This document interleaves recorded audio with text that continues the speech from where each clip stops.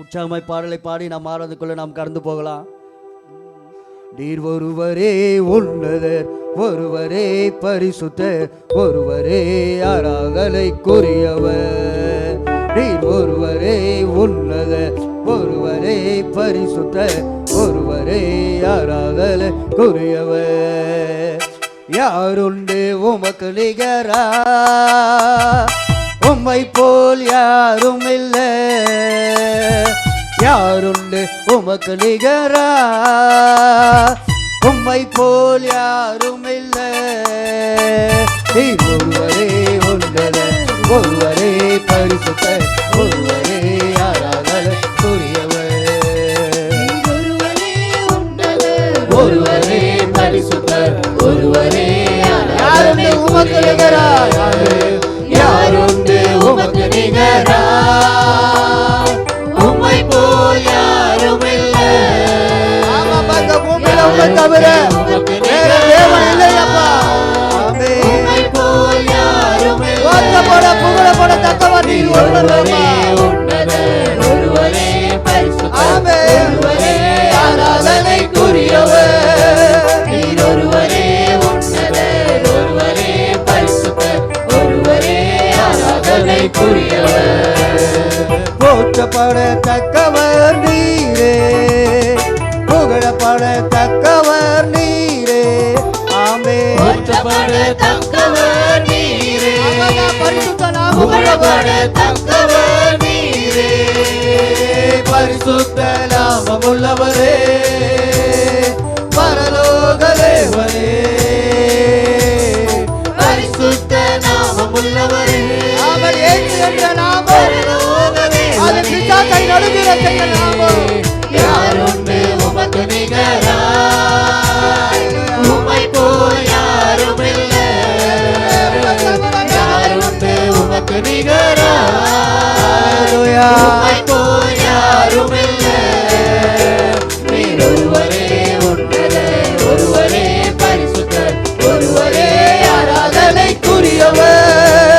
நீர் ஒருவரே உன்னதர், ஒருவரே பரிசுத்தர், ஒருவரே ஆராதனைக்குரியவர். யாருண்டு உமக்கு நிகரா, யாருண்டு உமக்கு நிகரா, உம்மை போல் யாரும் இல்லை. உலகத்துல 30 முக்கோடி தெய்வங்கள் இருந்தாலும் உமக்கு நிகரானவர் ஒருவர். உம்மை போல் யாரும் இல்லை. நீர் ஒருவரே உன்னதர், ஒருவரே பரிசுத்தர், ஒருவரே ஆராதனைக்குரியவர். நீர் ஒருவரே உன்னதர், ஒருவரே பரிசுத்தர், ஒருவரே ஆராதனைக்குரியவர். ஆமென். மகிமையால் நிறைந்தவர் நீரே, வல்லமையில் சிறந்தவர் நீரே. மகிமையால் நிறைந்தவர் நீரே, வல்லமையில் சிறந்தவர் நீரே. அவர் ஏற்றும் இன்னும் ஒருவர் மாறாத தேவன். இயேசுவே, நீங்க மாறாத தேவன். மன்னாதி மன்னனே. அவர் மன்னாதி மன்னனாய் வரப்போகிறார், தேசியமாய் வரப்போகிறார். மன்னாதி மன்னனே,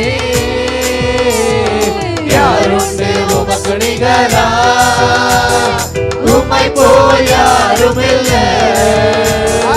யாருண்டு உமக்கு நிகரா, உம்மை போல் யாரும் இல்லை. நீர் ஒருவரே உன்னதர், ஒருவரே பரிசுத்தர், ஒருவரே ஆராதனைக்குரியவர். நீர் ஒருவரே உன்னதர், ஒருவரே பரிசுத்தர், ஒருவரே ஆராதனைக்குரியவர். செயல்களின் கர்த்தரும் நீரே, செயல்களில் வல்லவர் நீரே. சேனைகளின் கர்த்தரும் நீரே, சேனைகளில் வல்லவர் நீரே. சாத்தானை தோற்கடித்தவரே, சாவை வென்ற தெய்வமே. சாத்தானை தோற்கடித்தவரே, நாம பாடும்போது சாத்தான் நடுங்க சாவை வென்ற தெய்வமே. ஆமா, நாம துதிக்கும் போது அவன் நடுங்க பிடிக்கவும். உமக்கு நிகரா, உம்மை போல் யாரும் இல்லை. யாருண்டு உமக்கு நிகரா, உம்மை போல் யாரும் இல்லை. நீர் ஒருவரே உன்னதர், ஒருவரே பரிசுத்தர்,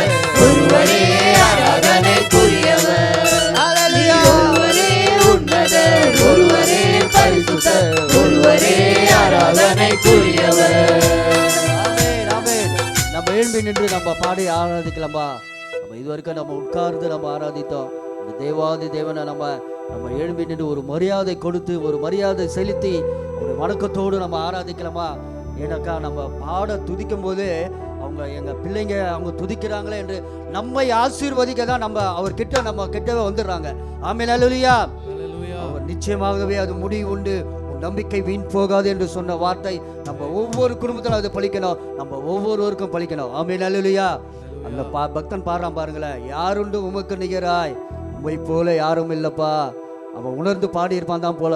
அதனால தான் நாமளும் உணர்ந்து, அப்பா எங்களை உண்மை விட்டால் எங்களுக்கு வேற கதியே இல்லைப்பா. அது இன்னொரு பக்தன் சொல்கிறாங்களே, அது போல் நம்ம அதில் ஒரு சனத்தை நம்ம பாடி நம்ம ஆராதிக்கலாமா. செயல்களின் கர்த்தரும் நீரே, செயல்களில் வல்லோரும் நீரே. அவர் செய்யக்கூடாத காரியம் ஒன்றும் இல்லை. ஆமென், அல்லேலூயா. ஒருத்தர் சுகமாக்குறது அவருடைய காரியம் மாத்திரம்தான். ஆமென். அந்த ஒரு சனத்தை மாத்திரம் நம்ம பாடி ஆராதனை கொள்ளப்படலாம். செயல்களின் கர்த்தரும் நீரே, செயல்களில் வல்லவர் நீரே, செயல்களின் கர்த்தரும் ஆமென். கரங்களை நாம் உச்சமா தட்டி, வல்லவர் நீரே, சாத்தானை தோற்கடித்தவரே, சாவை வென்ற தெய்வமே, துதிக்கலாமா. சாத்தானை தோற்கடித்தவரே, சாவை வென்ற தெய்வமே, பிதாவினிடத்தில் மன்றாடுகிற தேவன் யாருண்டு உமக்கு நிகராய், உம்மை போல் யாரும் இல்லை. யாருண்டு உமக்கு நிகராய், உம்மை போல் யாரும் இல்லை. நீ ஒருவரே உன்னதர், ஒருவரே பரிசுத்தர், ஒருவரே ஆராதனைக்குரியவர். அல்லேலூயா. ஒருவரே உன்னதர், ஒருவரே பரிசுத்தர், ஒருவரே ஆராதனைக்குரியவர். ஒருவரே உன்னதர், ஒருவரே பரிசுத்தர், ஒருவரே ஆராதனைக்குரியவர். அல்லேலூயா. வல்லமையில் சிறந்தவர் நீரே, மகிமையால் சிறந்தவர் நீரே, வல்லமையில் சிறந்தவர் நீரே, மாறாத என் இயேசுவே, மன்னாதி மன்னனே, மாறாத என் இயேசுவே, மன்னாதி மன்னனே, யாருண்டு உமக்கு நிகராய், உம்மை போல் யாரும் இல்லை. யாருண்டு உமக்கு நிகராய், உம்மை போல் யாரும் இல்லை. உம்மை தவிர வேற விருப்பமில்லை. ஒருவரே பரிசுத்தர், ஒருவரே ஆராதனைக்குரியவர். நீ ஒருவரே உன்னதர், ஒருவரே பரிசுத்தர், ஒருவரே ஆராதனைக்குரியவர். ஹல்லேலூயா. இந்த பாடல் ரொம்ப அருமையான பாடல். ஆண்டவரை ஆராதிக்கிற புகழ்கிற ஒரு பாடல். எத்தனை பேர் அதை உணர்ந்து நீங்கள் பாடுறீங்களே தெரியல.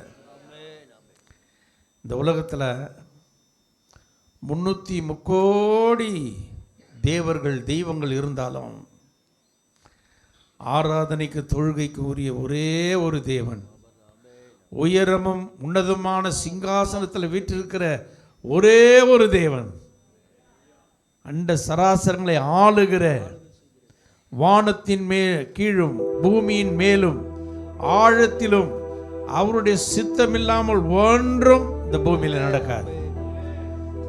எல்லாவற்றையும் ஆளுகிற தேவன்.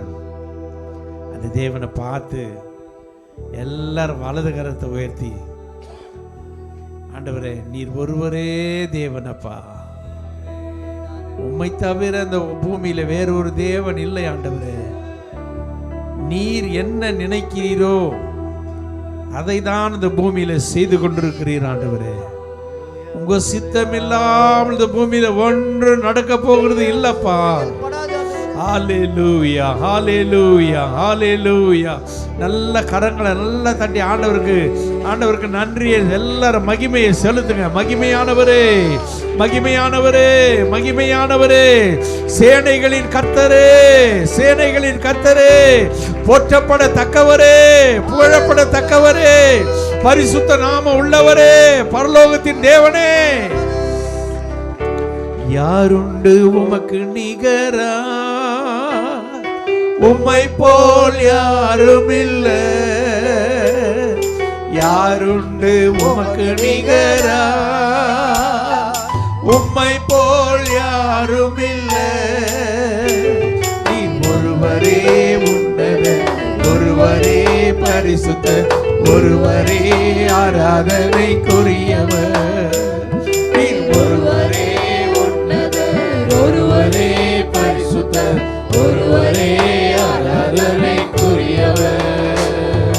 யாருண்டு உமக்கு நிகரா, உம்மை போல் யாரோடு யந்தரதலபர ரூபீர பாபா. யாருண்டு உமக்கு நிகரா, உம்மை போல் யாரும் இல்லை. நீர் ஒருவரே உன்னதர், ஒருவரே பரிசுத்தர், ஒருவரே ஆராதனைக்குரியவர். நீர் ஒருவரே உன்னதர், ஒருவரே பரிசுத்தர், ஒருவரே ஆராதனைக்குரியவர். அப்பாவுக்கு உள்ளத்தின் ஆழத்திலிருந்து ஆண்டவரே, உம்மை போல யார் உண்டுப்பா? உம்மை தவிர எனக்கு வேறொரு விருப்பம் இல்லை ஆண்டவரே. நீர் ஒருவரே உன்னத தேவன் ஆண்டவரே. நீர் ஒருவரே சர்வ வல்லமையுள்ள தேவன் ஆண்டவரே. நீர் ஒருவரே எனக்கு ஆதாரம் ஆண்டவரே. நீர் ஒருவரே என்னை உள்ளங்கையில வரைந்து வைத்திருக்கிறவர் ஆண்டவரே. நீர் ஒருவரே என்னை மறக்காத தேவன் ஆண்டவரே. உம்மை போல யாருண்டு ஆண்டவரே? ஆர ராமலாதியாந்தர பாபா ஊரியாந்தர கலபல துரி வீரபல ரபஷந்தர பல ரிபாக்கரா லிக்கர பல பல துரி வீரபல ரமல ரிபால ரஷதலரா லூரபவாலியாந்தர துரி வீரபலபா. ஆவியானவரை மகிமைப்படுத்துங்க, ஆவியானவரை மகிமைப்படுத்தி கொண்டே இருங்க. ஆவியானவர் அங்கும் எங்கும் உலாவிக் கொண்டிருக்கிறார். ஆவியானவரே உமக்கு மகிமை மகிமை மகிமை மகிமை மகிமை. ஆவியானவருக்கு மகிமை, ஆவியானவருக்கு மகிமை மகிமை மகிமை மகிமை மகிமை.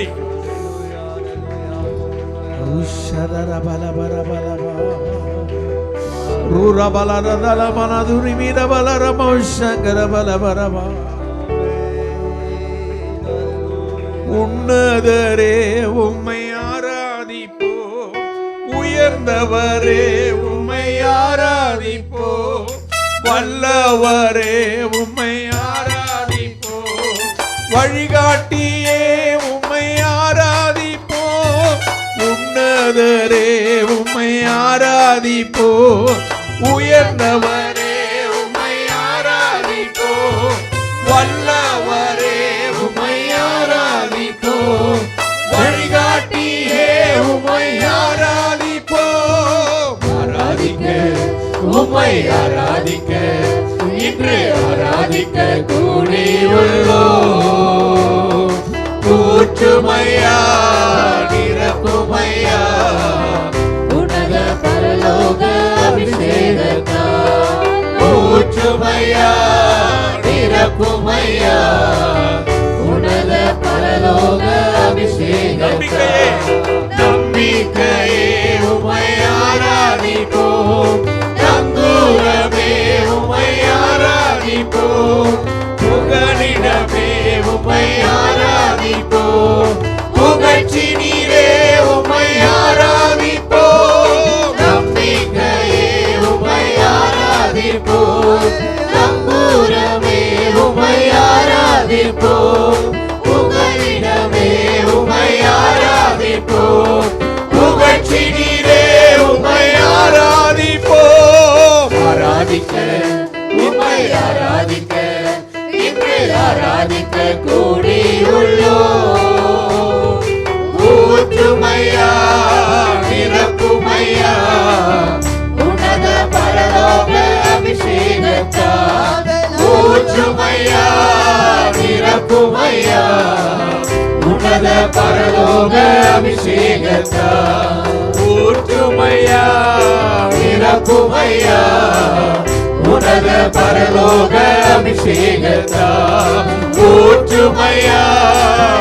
நிரப்புமையா உன்னத பரலோக அபிஷேகத்தா ஊற்றுமையா நிரப்புமையா உன்னத பரலோக அபிஷேகத்தா நான் யாரை வெறுப்பேன், நான் யாரை நம்புவேன், நான் யாரை வெறுப்பேன். எங்கிட்ட நல்லவன் போல நடிச்சவங்க நடுத்தருவில் விட்டு புட்டாங்க. என்ன செய்வேன் எம்பெருமானே. எங்கிட்ட நல்லவன் போல நடிச்சவங்க நடுத்தருவில் விட்டு புட்டாங்க. என்ன செய்வேன் எம்பெருமானே. நான் என்ன செய்வேன் எம்பெருமானே. நான் என்ன செய்வேன் எம்பெருமானே. நான் யாரை நம்புவேன், நான் யாரை வெறுப்பேன், நான் யாரை நம்புவேன், நான் யாரை வெறுப்பேன்.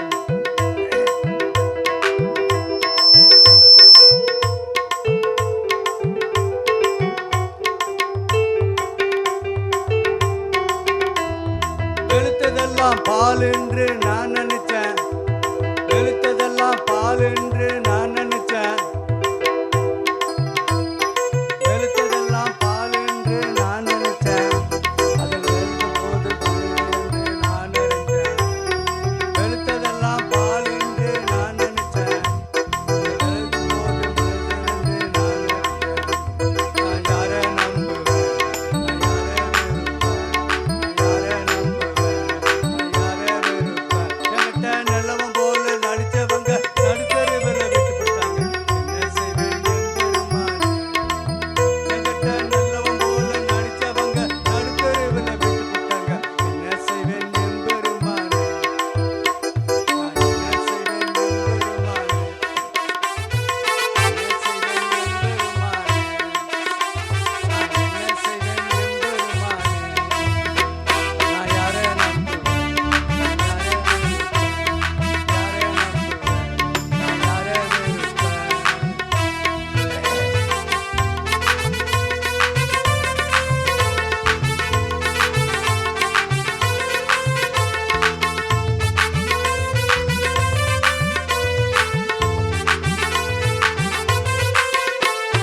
உலக வாழ்வு சதம் என்று நான் நினைச்சேன். உலக வாழ்வு சதம் என்று நான் நினைச்சேன். அதில் உள்ளம் போது சகதி என்று நான் அறிஞ்சேன். உலக வாழ்வு சதம் என்று நான் நினைச்சேன். அதில் உள்ளம் போது சகதி என்று நான் அறிஞ்சேன். கலக நேர்ந்த உலக வாழ்வு மாயையா, கலக நேர்ந்த உலக வாழ்வு மாயையா. அதில் விழுந்த மனிதன் எழும்புவது கடினமையா, அதில் விழுந்த மனிதன் எழும்புவது கடினமையா. எங்கிட்ட நல்லவன் போல நடிச்சவங்க நடுத்தருவில் விட்டு போட்டாங்க. என்ன செய்வேன் எம்பெருமானே. எங்கிட்ட நல்லவன் போல நடிச்சவங்க நடுத்தருவில் விட்டு போட்டாங்க. என்ன செய்வேன் எம்பெருமானே. நான் என்ன செய்வேன் எம்பெருமானே. நான் என்ன செய்வேன் எம்பெருமானே. நான் யாரை நம்புவேன், நான் யாரை வெறுப்பேன், நான் யாரை நம்புவேன், நான் யாரை வெறுப்பேன்.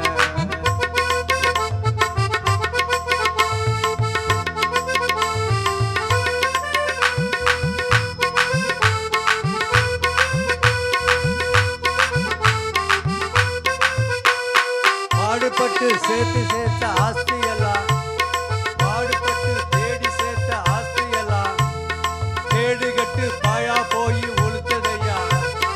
பாடுபட்டு தேடி சேர்த்த ஆஸ்தியெல்லாம் தேடுகட்டு பாயா போய் ஒழுத்ததையா. தேடி ஓடி சம்பாதித்த உறவையெல்லாம், தேடி ஓடி சம்பாதித்த உறவையெல்லாம் ஒரு நொடி பொழுதில் என்னை விட்டு மறைந்ததையா. ஒரு நொடி பொழுதில் என்னை விட்டு மறைந்ததையா.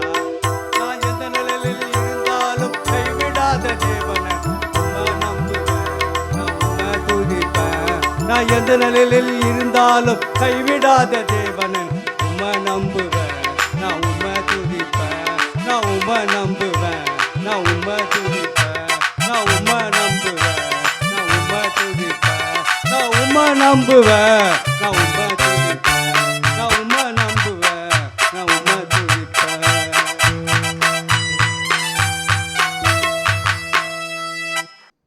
ஹல்லேலூயா, ஹல்லேலூயா. கர்த்தர் நல்லவர். எத்தனை பேருக்கு கர்த்தர் இந்த 9ஆம் தேதி வரைக்கும் நல்லவராக இருந்தார்? அல்லேலூயா, அல்லேலூயா. கர்த்தருடைய பரிசுத்த நாமத்துக்கு மகிமை உண்டாகட்டும். இந்த 2வது வாரத்திலும் தேவன் கூட்டி சேர்த்ததுக்காய் என் தேவனுக்கு நான் கொடாடம் கொடி நன்றி செலுத்துகிறேன். இந்த நாள்லேயும் கர்த்தர் நம்மோடு கூட பேச போகிறார். எத்தனை பேர் விசுவாசிக்கிறீங்க? ஆமென். கர்த்தர் நல்லவர். ஒரு வசனத்தை எடுத்து நம்ம வாசிக்கலாம். ஏசாயா எழுதின புஸ்தகம் 51ஆம் அதிகாரம் 3ஆம் வசனத்தை நான் வாசிக்கிறேன்.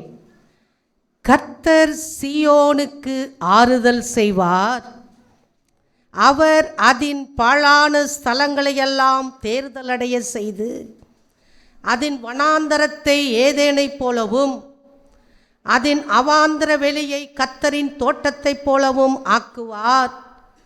சந்தோஷமும் மகிழ்ச்சியும் துதியும் கீத சத்தமும் அதில் உண்டாயிருக்கும். கண்களை மூடி ஜெபிக்கலாம். அன்பின் பிதாவே, நன்றியிலிருந்து உம்மை துதிக்கிறோம்ப்பா. இந்த வார்த்தை உம்முடையது ஆண்டவரே. இந்த வார்த்தையை கொடுத்த தேவனாகிய நீர் இதை எப்படி விவரிக்க வேண்டும் என்பத வார்த்தையை எங்களுக்கு தாரும். இதை கேட்கிற உள்ளங்களுக்கும் இதை பிரசங்கிக்கிற எனக்கும் அது பிரயோஜனமாக இருக்கட்டும். கர்த்தர் என்னோடு பேசும். உன் வாயை விரிவை தர அதை நான் நிரப்புவேன்னு சொன்ன தேவன் என் வாயின் மூலமாக இருந்து பேசும் இந்த வார்த்தையை நீர் விவரித்து எனக்கு சொல்லித்தாரும். கேட்கிற எல்லா உள்ளங்களும் ஒரு மனமடையட்டும். இயேசுவின் மூலம் ஜெபிக்கிறோம் பிதாவே, ஆமென். கர்த்தருடைய பரிசுத்த நாமத்துக்கு ஸ்தோத்திரம். இங்கே நாம் வாசித்தோம், கர்த்தர் சீயோனுக்கு ஆறுதல் செய்வார். என்னுடைய செய்தியின் தலைப்பு இன்றைக்கு சீயோனின் ஆறுதல். நான் அப்படியே கொஞ்சம் எடுத்துக்கிட்டேன். அதை சீயோனின் ஆறுதல். நல்லா கவனிங்க. நான் சுருக்கமாக முடிச்சிடுவேன். என் கூட வரணும் நீங்கள். அப்போ தான் நான் சொல்கிற வார்த்தைகள் உங்களுக்கு பிரயோஜனமாக இருக்கும். நல்லா தெளிவாக உட்காருங்க. சீயோனின் ஆறுதல். யார் அந்த சீயோன்? ஏன் அதற்கு இது ஆறுதல் தேவை? அந்த சீயோன் எப்படி இருந்தது, இப்பொழுது எப்படி இருக்குது, இதை குறித்து தான் நம்ம தெரிந்து கொள்ள போகிறோம். அல்லேலூயா, அல்லேலூயா. சீயோன் என்றால் இஸ்ரவேலின் தேவனாகிய கர்த்தர் வாசம் பண்ணுகிற ஒரு இடத்துக்கு பேர் தான் என்னது? சீயோன். இன்றைக்கு அந்த சீயோன் என்பதை நீங்களும் நானும் கூட எடுத்துக்கொள்ளலாம். அல்லேலூயா. கர்த்தரை துதிக்கிற ஜனங்களாகிய நீங்களும் நானும் சீயோனாய் எடுத்துக்கொள்ளலாம். இப்படி நீங்கள் அந்த வார்த்தையை நாம் என்று எடுத்துக்கொண்டு நம் தியானித்தோமானால் கொஞ்சம் வித்தியாசமாக இருக்கும். ஆகனால் அப்படிப்பட்ட சீயோன் ஏன் ஆறுதலை தேடினது? அதுதான் நமக்கு முக்கியமான காரியம். அல்லேலூயா. கர்த்தருடைய நாமம் மகிமைப்படட்டும். இங்கே வேதத்தில் இந்த சீயோனை குறித்து வேதம் முழுக்க அநேக இடங்களில் சொல்லப்பட்டிருக்கிறது. கிட்டத்தட்ட ஒரு 150 இடங்களில் சொல்லப்பட்டிருக்கிறது. இந்த சீயோன் என்ற வார்த்தை வருகிற எல்லா இடங்களிலும் பக்கத்திலே எருசலேம் என்ற வார்த்தையும் வரும். ஒன்று முன்ன வரும், இல்லைன்னா பின்ன வரும். இந்த எருசலேமும் சீயோனும் ஒன்றோடு ஒன்று தொடர்புடைய வார்த்தைகளாகவே வரும். நான் வேதத்தில் அநேக இடங்களில் இதை குறித்ததான வார்த்தைகள் இருந்தாலும் நான் லிமிட்டடாக ஒரு சில வார்த்தைகளை மாத்திரம் உங்களோடு சொல்லி கடந்து போக விரும்புகிறேன். முதலாவதாக 2 சாமுவேல் எழுதின புஸ்தகம் 5ஆம் அதிகாரத்தில் 7ஆம் வசனத்திலிருந்து 9ஆம் வசனம் வரைக்கும், அதே போல் 2 நாளாகமும் 11ஆம் அதிகாரம் 5ஆம் வசனத்திலிருந்து 7ஆம் வசனம் வரைக்கும் இந்த வசனத்தை வாசிக்கும் போது ரெண்டும் ஒன்றுக்கொன்று தொடர்புடைய வசனங்கள் தான். 2 நாளாகமும் 11 மாத்திரம் நான் எடுத்துக்கொள்கிறேன். இப்போது 2 நாளாகமும் 1 நாளாகமும் 11ஆம் அதிகாரம் 5ஆம் வசனத்திலேருந்து நம்ம எடுத்துக்கொள்ளலாம். ரெண்டும் ஒரே வார்த்தை தான், ஆனால் இங்கே கொஞ்சம் தெளிவாக இருக்கிறது. இந்த 1 நாளாகமம் எழுதின புஸ்தகத்தில் வாசிக்கிறேன் பாருங்கள். 1 நாளாகமும் 11:5 நான் வாசிக்கிறேன்.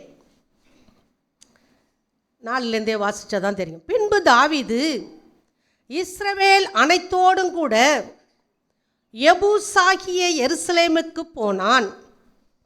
எபூசியர தேசத்தின் குடிகளாய் இருந்தார்கள். அப்பொழுது எபூசின் குடிகள் தாவீதை நோக்கி, நீ இதற்குள் பிரவேசிப்பது இல்லை என்றார்கள். ஆனாலும் தாவீது சீயோன் கோட்டையை பிடித்தான், அது தாவீதின் நகரமாயிற்று. எபூசியரை முறியடிக்கிறதில் எவன் முந்தினவனாய் இருக்கிறானோ அவன் தலைவனும் சேனாபதியுமாய் இருப்பான் என்று தாவீது சொல்லியிருந்தான். செரியாவின் குமாரனாகிய யோவாப் முந்தி ஏறி தலைவனானான். தாவீது அந்த கோட்டையில் வாசம் பண்ணினபடியினால் அது தாவீதின் நகரம் எண்ணப்பட்டது. கவனிங்க, சவுலும் அவன் குமாரனாகிய யோனத்தானும் யுத்தத்தில் போய் பெலிஸ்தரோடு போரிட்டு மாண்டும் மடிந்து போனார்கள். அப்படி அவர்கள் மடிந்து போன உடனே பெலிஸ்தர்கள் என்ன செய்தார்கள், அந்த தேசத்தில் அதை ஆக்குபை பண்ணிட்டாங்க. அவங்க அதில் குடியேறிட்டாங்க. தாவீது அந்த இடத்துல இல்லை. இப்போ தாவீது எப்ரோனில் இருக்கிறான். இப்போது பெலிஸ்தர் எல்லாரும் இஸ்ரவேல் தேசத்தை பிடித்து கொண்ட போது அந்த இஸ்ரவேல் தேசத்தில் இருந்தக்கூடிய மனிதர்கள் எல்லாரும் ஒருமிக்க ஒரு எண்ணத்தை வைத்து தாவீது தன்னுடைய இந்த இஸ்ரவேல் தேசத்துக்கு சமஸ்த இஸ்ரவேலுக்கு ராஜாவாக இருக்க வேண்டும் என்று சாமுவேல் மூலமாய் அவர் அபிஷேகம் பண்ணி வைத்தார். நாம் அவரை போய் அழைத்து கொண்டு இந்த இஸ்ரவேலின் மேல் என்ன செய்யலாம், அபிஷேகம் பண்ணலாம் என்று சொல்லி அந்த இஸ்ரவேலர் எல்லாரும் ஒருமனப்பட்டு தாவீதினிடத்தில் போய் எப்ரோனில் இருந்த தாவீதை அழைத்து கொண்டு அங்கே ராஜாவாக அபிஷேகம் பண்ணி வைத்தார்கள். தாவீது அந்த இடத்துக்கு வந்தபோது அங்கே ஏற்கனவே எபியூசியர்கள் என்கிற ஒரு ஜாதி அங்கே குடியிருந்தார்கள். அதை தான் இப்பொழுது நாம் வாசித்தோம். பலவிதமான ஜாதிகள் அதை சுற்றி வாழ்ந்தபோது எபியூசியர் என்கிற தேசத்தில் அந்த இடத்துல எபியூசியர் என்கிற ஒரு ஜாதியும் வாழ்ந்தார்கள். அப்போது அந்த எபியூசியர் இந்த தாவீதை பார்த்து சொல்லுகிறார்கள், உன்னால் ஏறி இந்த பட்டணத்தை என்ன செய்ய முடியாது, பிடிக்க முடியாது என்று சொல்கிறார். உடனே தாவீது என்ன செய்கிறான், ஆட்களை வைத்து அந்த பட்டணத்தை பிடிக்கும்படியாக ஆட்களை வைத்து, யார் இந்த பட்டணத்தை போய் பிடிக்கிறார்களோ அவர்கள் எனக்கு முதன்மையான தலைவனாக இருப்பான் என்று சொன்னான். அதை யோவாப் என்கிறவன் பிடித்தான், அவன் தலைவனாக மாறினான். அந்த எபூசு பட்டணத்தை பிடித்த மாத்திரத்தில் அந்த சீயோன் கோட்டை தாவீதின் நகரமாயிற்று. அல்லேலூயா. நான் சொல்கிறது உங்களுக்கு நல்ல தெளிவாக புரியும் நினைக்கிறேன். அப்போது எபியூசியர் குடியிருந்த இடத்தையும் தாவீது பிடித்து தன்னுடைய நகரமாய் ஆக்கினதுனால இந்த சீயோன் கோட்டை தாவீதின் நகரமாயிட்டது. அங்கே தான் தாவீது வாசம் பண்ணினான். அதன் பிறகுதான் அது அநேக காரியங்கள் இந்த இடத்துல செய்யப்பட்டது. இந்த சங்கீதம் 2ஆம் அதிகாரத்தில் ஒரு வசனம் இருக்குது, 6ஆம் வசனம். சங்கீதம் 2:6 வாசித்தோம்னா அந்த வார்த்தை அங்கே நிறைவேறுகிறதாக இருக்கிறது. சங்கீதம் 2:6 பாருங்களேன். நான் என்னுடைய பரிசுத்த பர்வதமாகிய சீயோன் மீதில் என்னுடைய ராஜாவை அபிஷேகம் பண்ணி வைத்தேன் என்றார். இங்கே தான் தாவீதை அபிஷேகம் பண்ணி வைத்து அந்த சீயோன் மீதில் தேவன் அவனை கொண்டு அபிஷேகம் பண்ணி அந்த ஆளுகைக்கு கொண்டு வந்தார். வேதத்தை நாம் படிக்கும்போது ரொம்பவும் டீட்டெயிலாக நிறைய விஷயங்கள் நமக்கு சொல்லப்பட்டிருக்கிறது. நமக்கு புரியணும். அங்கங்கே எடுத்து வேதத்தை வாசித்து பார்த்தா தான் நமக்கு புரியும். இப்போ பாருங்கள், தாவீதின் நகரமாய் மாறின அந்த இடம் இங்கே 2ஆம் சங்கீதத்தில் 6ஆம் வசனத்தில் நிறைவேறுகிறது. அவனை அபிஷேகம் பண்ணி அங்கே ராஜாவாக சீயோன் மீதில் உட்கார வைத்தார்கள் என்று சொல்லப்பட்டிருக்கிறது. அப்படி உட்கார்ந்த அந்த சீயோன் நகரத்தில் என்னென்ன ஆசீர்வாதங்கள் இருக்கிறது என்பதை குறித்து ஒரு 6 வார்த்தையை நான் உங்களோடு கூட சொல்ல விரும்புகிறேன். இந்த சீயோன் நகரம் இப்போ யாரோட, தாவீதின் நகரமாக இருக்கிறது. அங்கே என்னென்ன ஆசீர்வாதம், அதில் நீங்களும் நானும் சீயோனுன்னு சொன்னேன். சீயோனாக இருக்கக்கூடிய நீங்களும் நானும் இப்போ என்ன ஆசீர்வாதத்தை பெற்றுக்கொள்ளலாம் என்பதை இந்த வேதத்தில் ஒரு சில வார்த்தைகளை மாத்திரம் நாம் தெரிந்து கொண்டு போகலாம். முதலாவதாக சங்கீதம் 14ஆம் அதிகாரத்தில் 7ஆம் வசனமும் 53ஆம் சங்கீதத்தில் 6ஆம் வசனமும் ஒரே வார்த்தை தான் வருகிறது. சங்கீதம் 14:7 சீயோனிலிருந்து இஸ்ரவேலுக்கு இரட்சிப்பு வருவதாக. முதல் பாயிண்ட், இந்த சீயோனாய் இருக்கக்கூடிய மனிதனிடத்திலிருந்து முதலாவது இஸ்ரவேலுக்கு என்ன வரும், இரட்சிப்பு. நீங்கள் நான் ரட்சிக்கப்பட்டிருக்கோமா? அல்லேலூயா. அப்போ ரட்சிக்கப்பட்ட சீயோன் நாம் தான். அல்லேலூயா. ரெண்டாவதாக அதே சங்கீதம் 20ஆம் அதிகாரத்தில் 2ஆம் வசனத்தை வாசிக்கிறேன். அவர் பரிசுத்த ஸ்தலத்திலிருந்து உமக்கு ஒத்தாசை அனுப்பி சியோனிலிருந்து உம்மை ஆதரிப்பாராக. ரெண்டாவது, தேவன் நம்மை ஆதரிக்கிறவராயிருக்கிறார். ஆதரவு, அவர் நம்ம கூட இருந்து நமக்கு ஒரு பிரச்சனை இல்லாதபடி நம்மை ஆதரித்து அப்பமும் தண்ணியும் கொடுத்து நம்மளை போஷிக்கிறார். ரெண்டாவதாக அவர் ஆதரிக்கிற தேவனாயிருக்கிறார். அல்லேலூயா. மூன்றாவதாக 48ஆம் சங்கீதத்தில் 2ஆம் வசனத்தை நான் வாசிக்கிறேன். வட திசையில் உள்ள சீயோன் பர்வதம் வடிப்பமான ஸ்தானமும் சர்வ பூமியின் மகிழ்ச்சியுமாயிருக்கிறது, அதுவே மகாராஜாவின் நகரம். இது மகிழ்ச்சிக்குரிய இடம். மூன்றாவதாக மகிழ்ச்சிக்குரிய இடம், அதுதான் மகாராஜா தங்குகிற நகரம். மகாராஜா என்பது இங்கே தாவீதை குறித்தாலும் நமக்கு எல்லாருக்கும் இருக்கக்கூடிய ஒரு ராஜா உண்டு. அவர்தான் ராஜாதி ராஜா. அவர்தான் சீயோனிலிருந்து உன்னை ஆசீர்வதிக்கிற தேவன். அல்லேலூயா. ஆமென். நான்காவதாக 87ஆம் சங்கீதத்தில் 2ஆம் வசனத்தை வாசிக்கும்போது அங்கே ஒரு வார்த்தை சொல்லப்பட்டிருக்கிறது. 87:2 கர்த்தர் யாக்கோபின் வாசஸ்தலங்கள் எல்லாவற்றை பார்க்கிலும் சியோனின் வாசல்களில் பிரியமாயிருக்கிறார். யாக்கோபிலே அநேக வாசஸ்தலங்கள் உண்டு, யாக்கோபின் கூடாரங்கள் உண்டு. ஆனால் கர்த்தர் அது எல்லாவற்றை பார்க்கிலும் இந்த சியோனில் அவர் எப்படி இருக்கிறாரா? பிரியமாயிருக்கிறார். சியோனாகிய உங்கள் மேலும் என் மேலும் தேவன் பிரியமாயிருக்கிறார். அடுத்ததாக 102ஆம் சங்கீதத்தில் 13ஆம் வசனத்தை வாசிக்கும்போது, தேவரீர் எழுந்தருளி சியோனுக்கு இறங்குவீர், அதற்கு தயை செய்யும் காலமும் அதற்கான குறித்த நேரமும் வந்தது. கர்த்தருடைய பரிசுநாமத்துக்கு மகிமை உண்டாகட்டும். இந்த சீயோனுக்கு கர்த்தர் என்ன செய்கிறார்? இறங்குகிற தேவனாயிருக்கிறார். தடைப்பட்ட காரியங்களெல்லாம் உடைத்து, தடைகளை உடைத்து போடுகிற தேவனாய் நமக்கு இறங்கி அதற்காக உதவி ஒத்தாசை செய்கிற தேவனாய் நமக்கு எழுந்தருளுகிற தேவனாய் இருக்கிறார். அடுத்ததாக 132 வாசிக்கும்போது 12-13 வாசிக்கலாம். 132 13-14 வாசிக்கும்போது அங்கே வசனம் சொல்லப்பட்டிருக்கிறது. கர்த்தர் சீயோனை தெரிந்து கொண்டு அது தமக்கு வாசஸ்தலமாகும்படி விரும்பினார். இது என்றென்றைக்கும் நான் தங்கும் இடம், இதை நான் விரும்பினபடினால் இங்கே வாசம் பண்ணுவேன் சொல்கிறார். உங்களை என்னை தேவன் தெரிந்து கொண்டார்.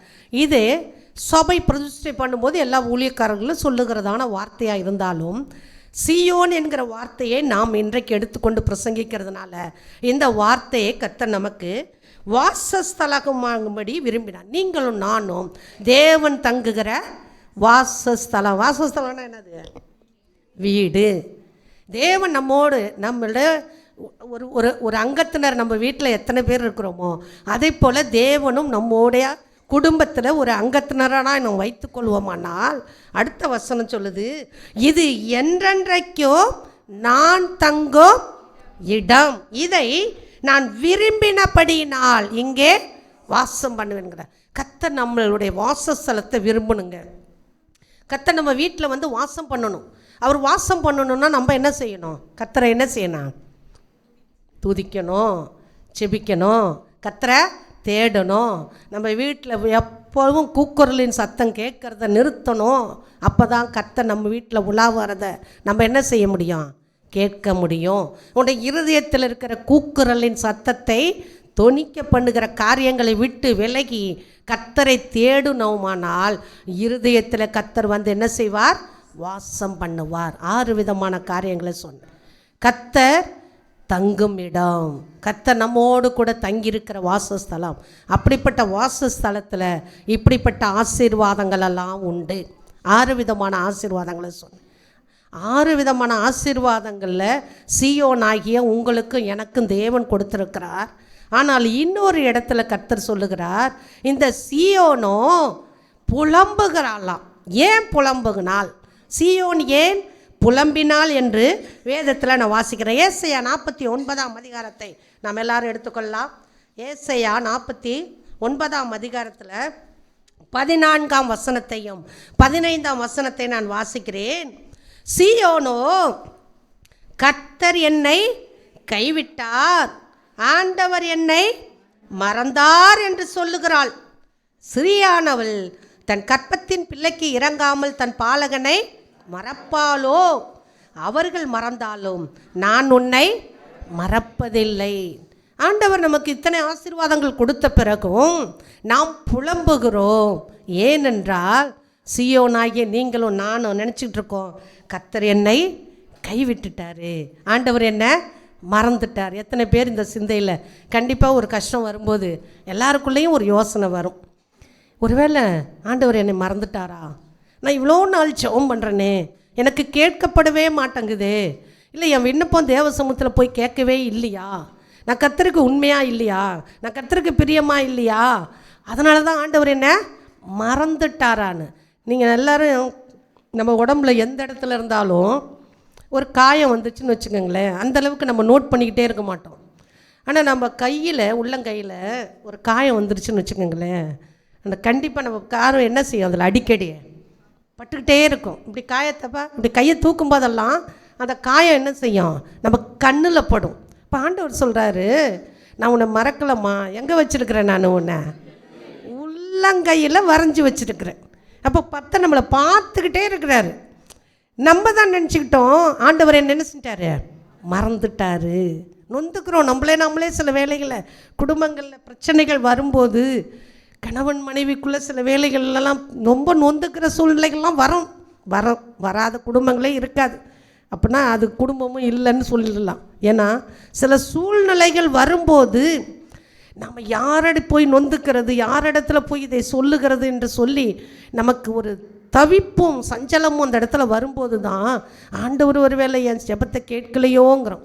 ஆனால் அடுத்த வசனம் சொல்லுது, ஸ்திரீயானவளே அவள் பிள்ளையை மறந்துடுவா, நான் என்ன செய்ய மாட்டேன், மறக்க மாட்டேன். அதனால தான் வசனம் சொல்லுது, என்னை உள்ளங்கையில் என்ன செஞ்சுருக்கிறாரு, வரைந்திருக்கிறார். நம்ம புலம்புகிறோம், தவிக்கிறோம், எனக்கு உதவி ஒத்தாசை செய்வார் ஒருவரும் இல்லையே என்று ஏங்குகிறோம்.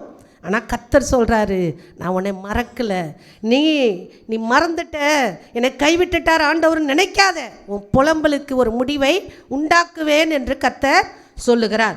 ரெண்டாவதாக 66ஆம் அதிகாரம், அதே ஏசாயால 66ஆம் அதிகாரத்தில் 8ஆம் வசனம் சொல்லப்பட்டிருக்கிறது, இப்படிப்பட்டவைகளை கேள்விப்பட்டது யார், இப்படிப்பட்டவைகளை கண்டது யார், ஒரு தேசத்துக்கு ஒரே நாளில் பிள்ளை பேரு வருமோ, ஒரு ஜாதி ஒருமிக்க பிறக்குமோ, சீயோனோவெனில் ஒருமிக்க வேதனைப்பட்டும் தன் குமாரரை பெற்று இருக்கிறது.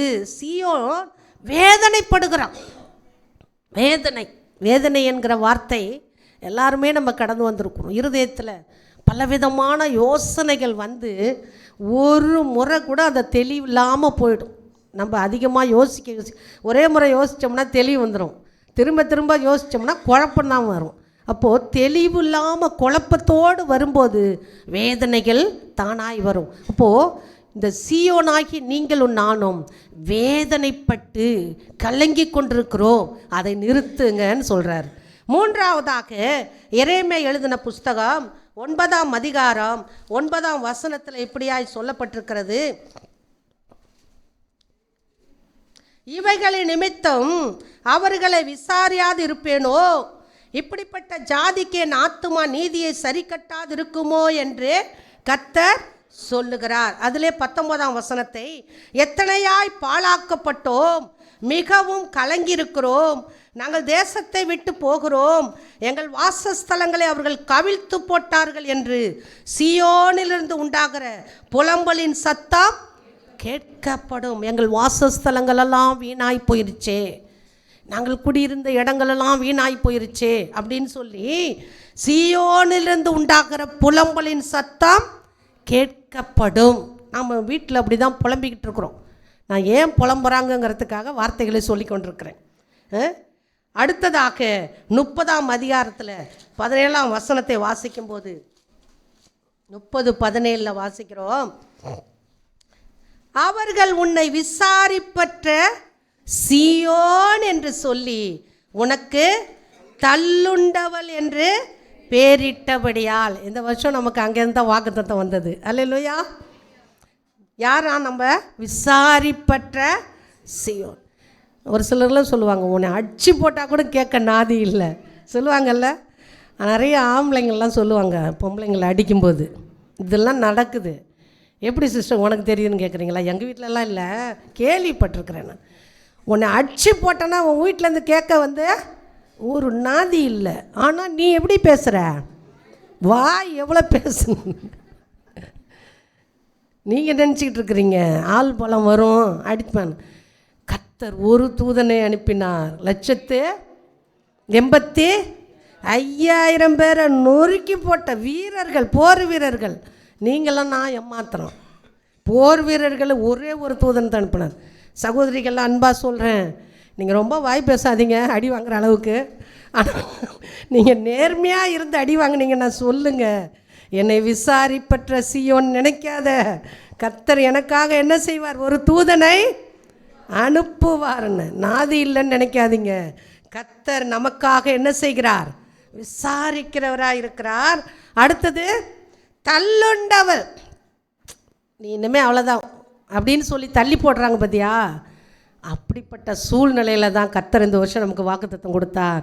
நான் உனக்கு ஆரோக்கியம் வரப்பண்ணி உன் காயங்களை ஆட்டுவேன். நம்ம காயம் என்றது வந்து உலக பிரகாரமாக நமக்கு அடிபட்டு வேதனை பட்டு இருக்கிறது மட்டும்தான் நம்ம காயம்னு நினைக்கிறோம். இந்த உள்ளத்துக்குள்ளே ஒரு காயப்படும் தெரியுமா? அது சில வார்த்தைகளால் காயப்படும். மனிதர்கள் நம்மளை திட்டும் போதோ அல்லது நம்மளை காயப்படுத்துகிற வார்த்தைகளை சொல்லும் போதோ அந்த வார்த்தைகள் என்ன செய்யும்? அப்படியே உள்ளத்தில் நின்றுடும்.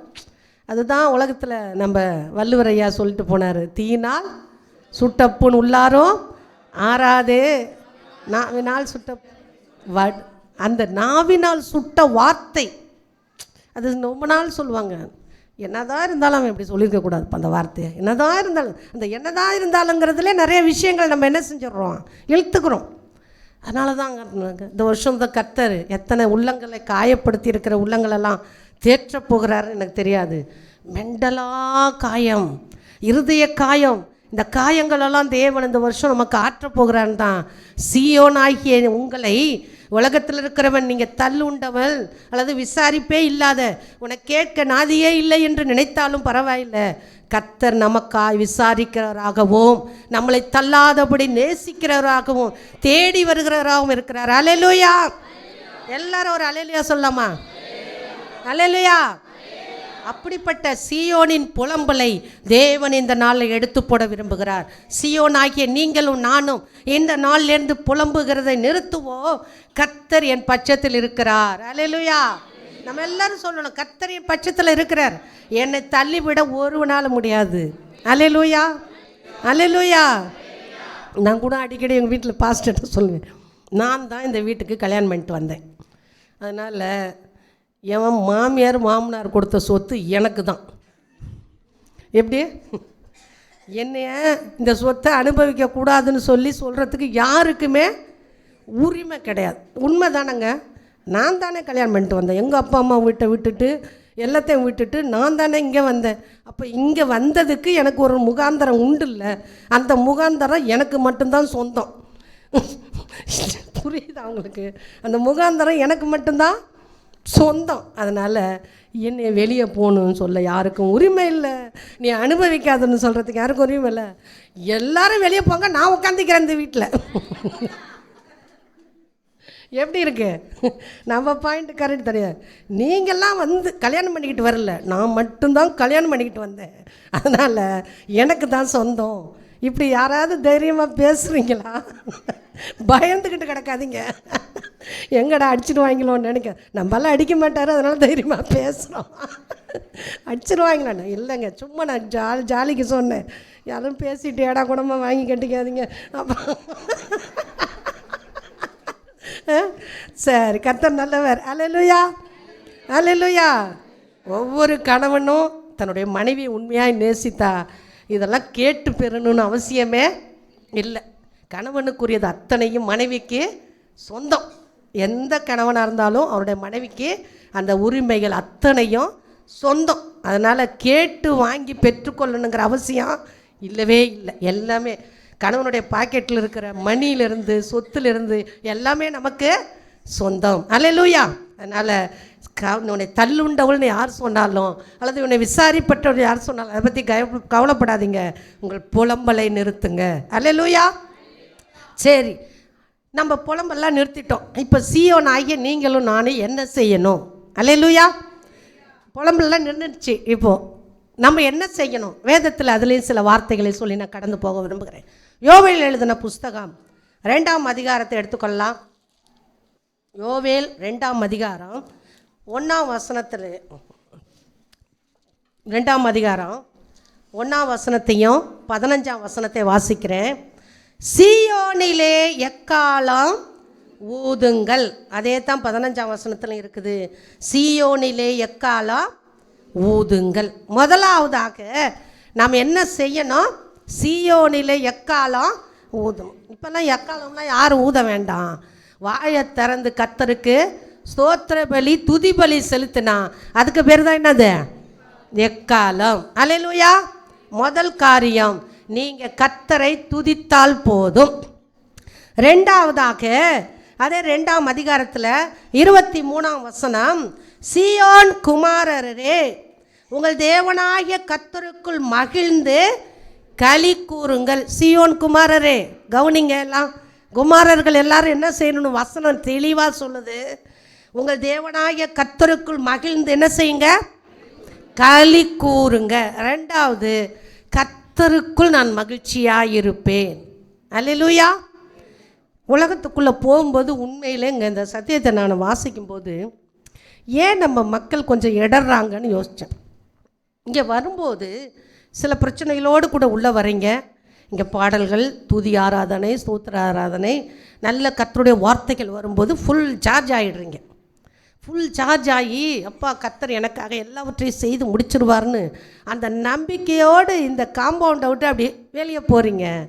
அங்கே போய் பார்க்குற மனிதர்கள், பேசுகிற மனிதர்கள் எல்லாருடைய வார்த்தைகளையும் கேட்கும்போது உங்களுக்கு இருக்கக்கூடிய ஒவ்வொரு சார்ஜும் கொஞ்சம் கொஞ்சம் கொஞ்சம் கொஞ்சமாக என்ன செய்யுது? டவுன் ஆகிக்கிட்டே போகுது. கர்த்தருடைய வார்த்தையை விசுவாசிக்க முடியல, கர்த்தருடைய வார்த்தையை நம்ப முடியல. கர்த்தர் சொல்லுகிற காரியம் என் வாழ்க்கையில் நடக்குமா நடக்காதங்கிற சந்தேகம் வந்துடுது. இங்கே கேட்குறோம், சந்தோஷமாக இருக்கிறது.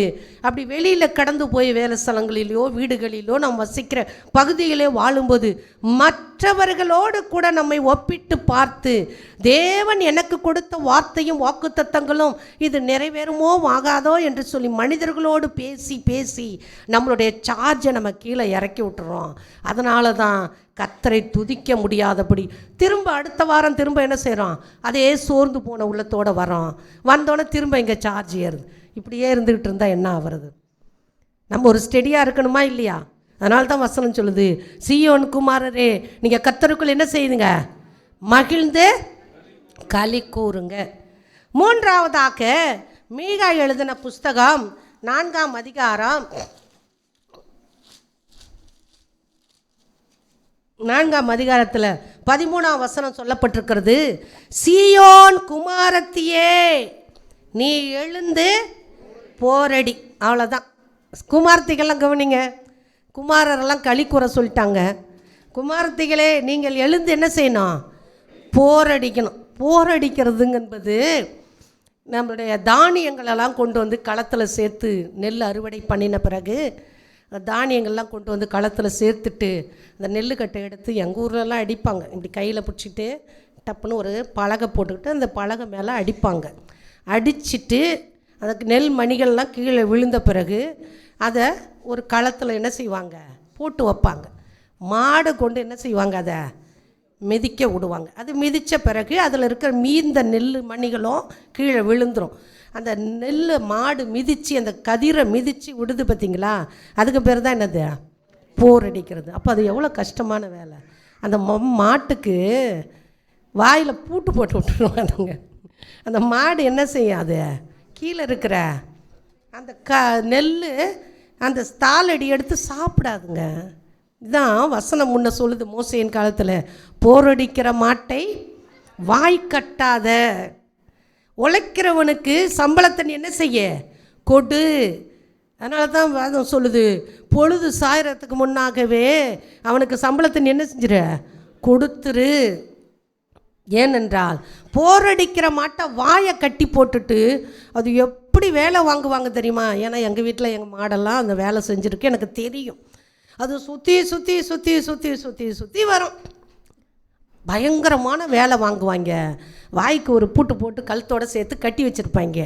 அந்த வாடு என்ன செய்யுது? வாயை திறந்து கீழே ஆசைப்பட்டாலும் தின்ன முடியாது. அப்போது கடினமான வேலைகளை செய்கிறதுக்கு பேர் தான் என்னது? போரடிக்கிறது. சீயோன் குமாரத்திகளே, நீங்கள் எங்கே இருந்தாலும் கர்த்தருக்காக எழும்பி போரடிப்பீர்களானால் உங்களுடைய வசனம் என்ன சொல்லுது? நான் உன் கொம்புகளை இரும்பும் உன் குழம்புகளை வெண்கலமாக்குவேன். நீ அநேக ஜனங்களை நொறுக்கி போடுவாய். அவர்கள் தேடி சேர்த்தது நீ கர்த்தருக்கென்றும் அவருடைய ஆஸ்தியை பூமிக்கெல்லாம் ஆண்டவராய் இருக்கிறவருக்கென்றோ நியமிப்பாய். நீ போரடி என்று சொன்னால் நீ ஜெபி. நீ ஜெபிக்க ஜெபிக்க ஜெபிக்க உனக்கு எதிராக இருக்கிற வெண்கலம், இரும்பாக இருக்கிற இரும்பு எல்லாத்தையும் கர்த்தர் என்ன செய்வார்? நொறுக்கி போட்டுருவார்.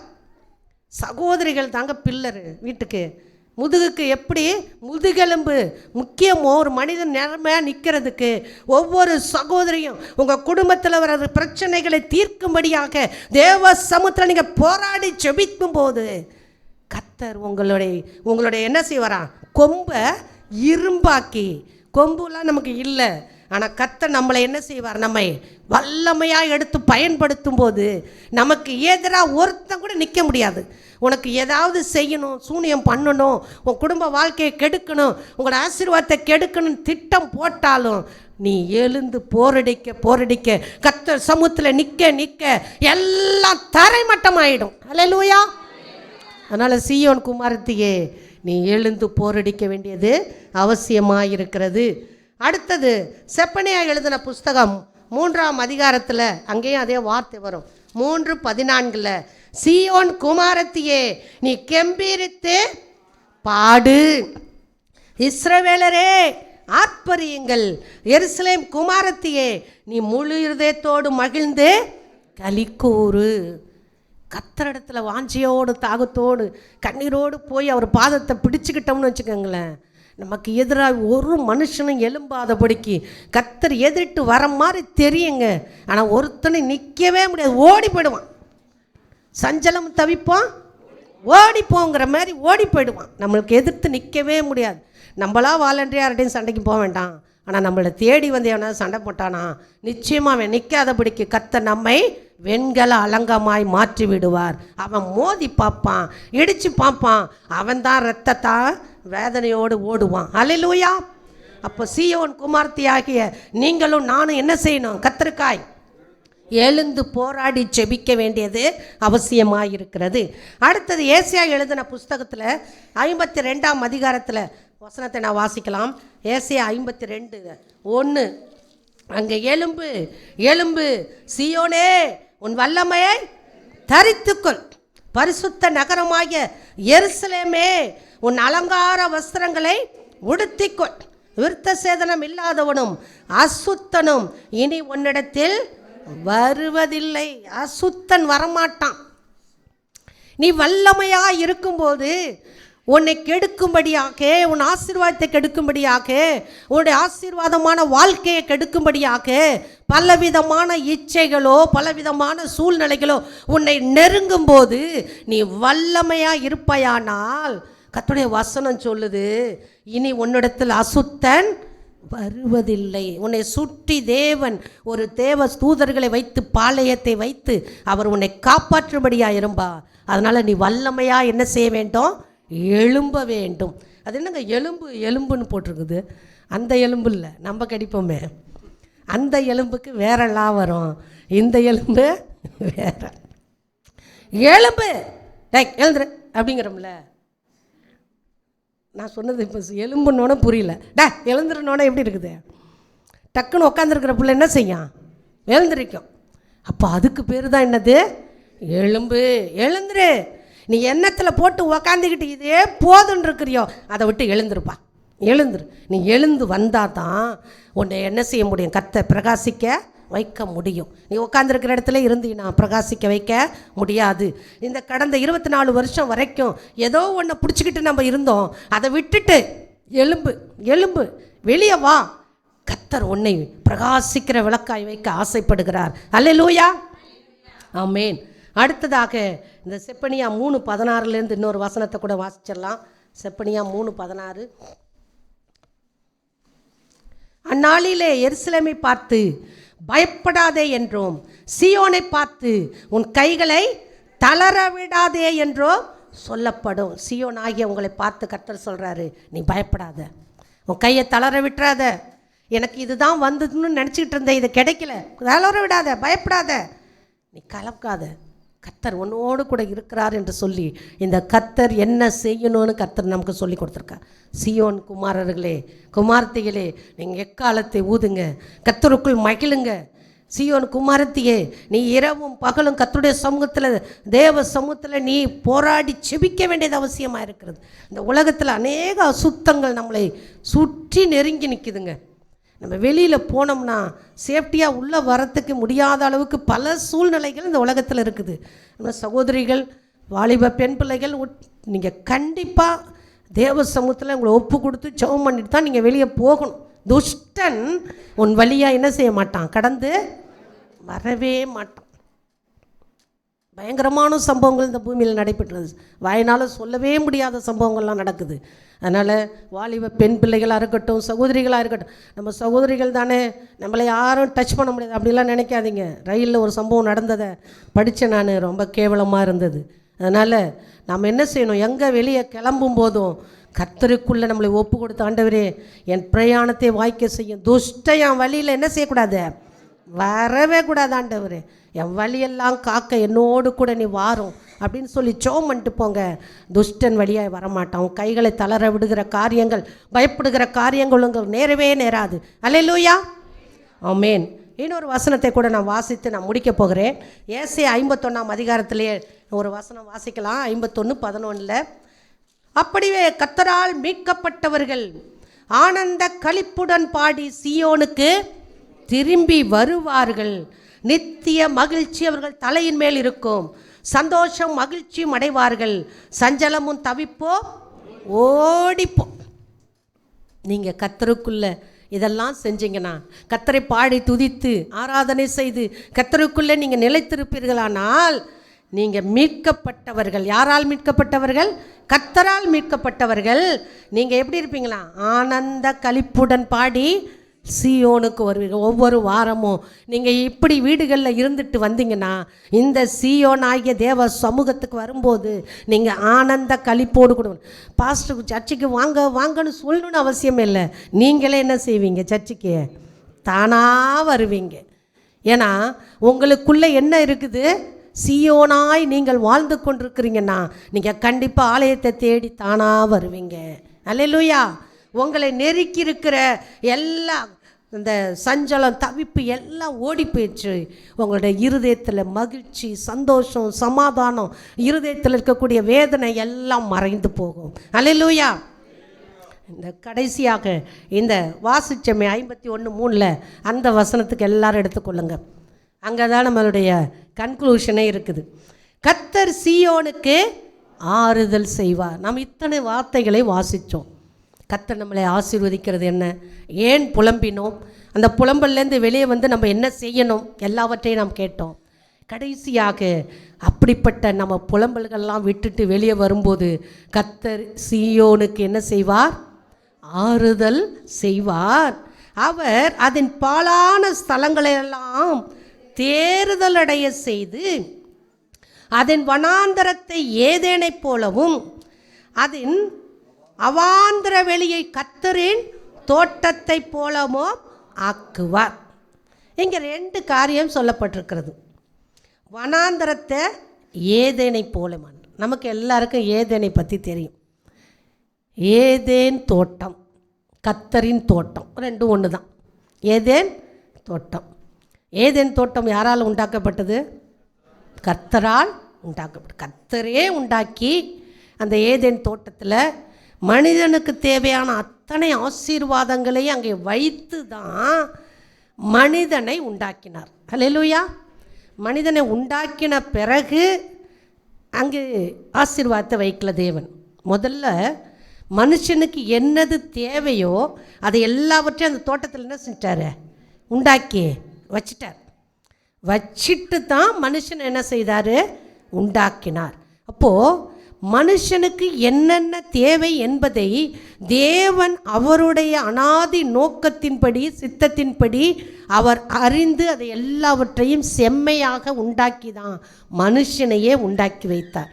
ஆனால் அவன்தான் தன்னுடைய புத்தி தெளிந்த போது, பாவத்துக்குள்ளாக மாறின போது அவன் என்ன செய்தான்? எல்லாவற்றையும் இழந்து அந்த ஏதேன் தோட்டத்தை விட்டு அவன் என்ன செய்தார்? கர்த்தர் துரத்தி விட்டார் என்று வசனம் சொல்லும். துரத்திட்டு அங்கே அதை காவல் காக்கும்படி சுடரொளி பட்டயத்தை வைத்தார் என்று வேதம் சொல்கிறது. இப்போ பாருங்கள், நமக்கு ஆசீர்வாதம் ஏதேன் தோட்டத்தை போல் நம்ம குடும்பத்தில் இருக்குது. இந்த சத்தியத்தை கொஞ்சம் நீங்கள் புரிஞ்சிட்டு போங்க. நம்ம குடும்பத்தில் நமக்கு தேவையான அத்தனை ஆசீர்வாதங்களும் நம்ம வீட்டில் இருக்குது, நமக்கு இருக்குது. நம்முடைய சரீரத்துக்கு வேண்டிய சுகம் எல்லாம் நமக்கு இருக்குது, எல்லாமே இருக்குது. அது ஏதேன் தோட்டத்தை போல் நல்ல செல்வ செழிப்பாய் எல்லாம் இருந்தது, நம்ம வீட்டில் எல்லாம் இருந்தது. ஆனால் நம்ம கொஞ்சம் சாத்தானுக்கு இடம் கொடுத்து அவனுடைய வார்த்தைக்கு செவி கொடுத்து கீழ்ப்படிந்து இச்சித்த போது தான் எல்லாவற்றையும் விட்டு வெளியே என்ன செய்தார்கள்? அவர்கள் துரத்தப்பட்டது போல அந்த வனாந்தர வாழ்க்கைக்கு கடந்து போனார்கள். அல்லேலூயா. அது வரைக்கும் கணவன் மனைவியாய் வாழ்ந்தவர்கள், மிருகங்களோடு கூட உறவாடினவர்கள், நிர்வாணி என்று அறியாது வாழ்ந்தவர்களுக்கு அந்த பாவம் இச்சை என்பது தெரிந்த போது தான் அவர்கள் என்ன செய்தார்கள்? நாம் நிர்வாணி என்று அவர்கள் ஒளிந்து கொண்டு என்ன செய்தார்கள்? இலைகளை தைத்து கொண்டு அவர்கள் மானத்தை காப்பாற்றினார்கள். அருமையான தேவஜனமே, இதிலிருந்து நம்ம என்ன தெரிந்து கொள்ள வேண்டும் என்றால், கர்த்தர் நம்மளுடைய ஆவிக்குரிய வாழ்க்கையிலிருந்து நாம் இன்றைக்கு வரைக்கும் நாம் ஆவிக்குரிய ஜீவித்தில் உண்மையாய் வாழ்வோமானால் நம்முடைய குடும்பம் ஏதேன் தோட்டத்தை போலவே இருக்கும். அல்லேலூயா. அங்கே நாம் சத்ருவுக்கு இடம் கொடுத்து, சத்ருவின் கிரியைகளுக்கு இடம் கொடுத்து, உலக காரியங்களை கண்களின் இச்சையில் நாம் விழுந்து போவோமானால் அது வனாந்தரத்தை போல மாறிவிடும். அல்லேலூயா. வனாந்தரத்தில் எல்லாமே குறைவுபடும். அங்கே வனாந்தரத்தில் வெயில் சுட்டரிக்கும், வனாந்தரத்தில் தண்ணீர் பஞ்சம் வரும், வனாந்தரத்தில் உதவி செய்வார் ஒருவரும் இருக்க மாட்டார்கள், வனாந்தரத்தில் பேசுவதற்கு ஆட்கள் இல்லை. அது மிகவும் பயங்கரமான இடமாய் மாறும். அங்கே வனாந்தரத்தில் காட்டு மிருகங்கள் ஊளையிடும், நரிகளும் தான் இருக்கும். அல்லேலூயா. அப்போது ஏதேன் தோட்டத்தை போல கர்த்தர் உங்களை என்னை வைத்திருக்கிறார். நான் அந்த உலக இச்சையை நோக்கி போய் கர்த்தருடைய ஆசீர்வாதத்தை இழந்து வனாந்தர வாழ்க்கைக்கு நம்ம யாரும் போயிடக்கூடாது. அல்லேலூயா. அதை தான் இங்கே வசனம் சொல்லுது. அதன் பாலான ஸ்தலங்களையெல்லாம் தேர்தலடைய செய்து வனாந்தரமாக இருக்கக்கூடிய உங்கள் வாழ்க்கையை ஏதேன் தோட்டத்தை போல மாற்றுவார். அவன் அவாந்தர வெளியை கர்த்தரின் தோட்டத்தை போல மாற்றுவார். கர்த்தரின் தோட்டம். நாம் எல்லாரும் போக போகிற ஒரு இடம் உண்டு. தோட்டம் என்கிறது குறித்து அநேக வார்த்தைகள் ஏற்கனவே நான் ஒரு 2-3-4 வருஷத்துக்கு முன்னாடி பிரசங்கித்திருக்கிறேன். கர்த்தருக்கு சித்தமானால் இன்னொரு தடவை கூட நம்ம வாசிக்கலாம். இங்கே கர்த்தர் நமக்காக ஒரு நித்திய ஜீவன் என்கிற தோட்டத்தை உண்டாக்கி வச்சிருக்கார். அல்லேலூயா. மனிதன் பூமியிலே வாழ்வதற்கு கர்த்தர் அபரிதமாய் ஆச்சரியமாய் உண்டாக்கி வச்ச அந்த தோட்டத்தை, ஆசீர்வாதத்தை இழந்து போனான். அதற்காகத்தான் ஆண்டவராகிய இயேசு கிறிஸ்து மனுவுரு கொண்டு பூமியில் வந்தார். அவர் இழந்து போனதை தேடவும் ரட்சிக்கவுமே வந்ததுனால நீங்களும் நானும் அவரால் அந்த சத்ருவால் இழந்து போன அந்த மகிமையை நாம் திரும்பவும் பெற்றுக்கொண்டிருக்கிறோம். இந்த மகிமையின் சாயலாய் கூட அந்த தேவ சமூகத்தில் போய் அந்த தோட்டத்தில் பிரவேசிக்க போகிறோம். அதுதான் எருசலேம், பரம எருசலேம். அல்லேலூயா. நம்ம எல்லாரும் பரம எருசலேமுக்கு ஆயத்தமாகி கொண்டிருக்கிறோம். ஒவ்வொரு நாளும் நாம் வரிசையில் நின்று கொண்டிருக்கிறோம். பரம எருசலேமை நோக்கி போய் கொண்டிருக்கிறோம். அப்படிப்பட்ட பரம எருசலேமுக்கு போகிறவர்களாகிய நீங்களும் நானும் சந்தோஷமாய் மகிழ்ச்சியாய் செய்ய வேண்டிய ஒரு காரியம் அங்கே வசனம் சொல்லுது. சந்தோஷமும் மகிழ்ச்சியும் துதியும் கீத சத்தமும் அதில் உண்டாயிருக்கும். நம்ம குடும்பங்களில் சந்தோஷம் இருக்கணுங்க. குடும்பத்தில் பிள்ளைகள், பெற்றோர் எல்லாரும் சந்தோஷமாக இருங்குங்க. அடிக்கடி நான் சொல்கிறது காரியம், உங்களுக்கு எல்லார் வீட்லேயுமே பிரச்சனைகள் இல்லாத குடும்பமே இல்லை. ஆனால் சந்தோஷமாக இருங்க. அல்லேலூயா. இந்த பிரச்சனைகள்லாம் கொஞ்ச நாளைக்கு தான் இருக்கும். நமக்கு ஜுரம் வருது, அப்படியே பிடிச்சிக்கிட்டேவா உட்காந்துருக்குது. அதுக்குரிய ஒரு ட்ரீட்மெண்ட் பண்ணுறோம். அது ஜுரம் 1 வாரமோ 10 வாரமோ 10 நாளோ கஷ்டப்படுத்திட்டு என்ன செஞ்சிடுது, ஓடிடுது, அது போயிடுது. அதுக்கான ட்ரீட்மெண்ட் எடுக்கிறோம். அப்படி தான் மன சஞ்சலத்துக்கும் ஒரு பிரச்சனைக்கும் தீர்வு நிச்சயமாக உண்டு. அது எங்கே போனாலும் கிடைக்காது. மனநோய்க்கு மருத்துவர் யார் தான்? ஆண்டவராகிய இயேசு மட்டும்தான். அவர்கிட்ட வந்து நம்ம ஒப்படைச்சி எல்லா பிரச்சனைகளையும் சொல்லிவிட்டு கண்ணீர் விட்டு அழுது ஜெபம் பண்ணி முடிச்சிட்டோம்னா அந்த சஞ்சலம் தவிப்பெல்லாம் நம்மளை விட்டு ஓடி போயிடும். கர்த்தர் இந்த பூமியிலே நம்ம ஏதேன் தோட்டத்தை போலவும் நித்தியத்திலே அவருடைய பரம எருசலேமாகிய தோட்டத்தில் நாம் நாட்டப்பட்டவர்களாகவும் வாழ நமக்கு உதவி செய்வார். சீயோனே, நீ பயப்படாதே, கர்த்தர் உனக்கு ஆறுதல் செய்கிற தேவனாயிருக்கார். கர்த்தர் தாமே நம்மளை ஆசீர்வதிப்பாராக.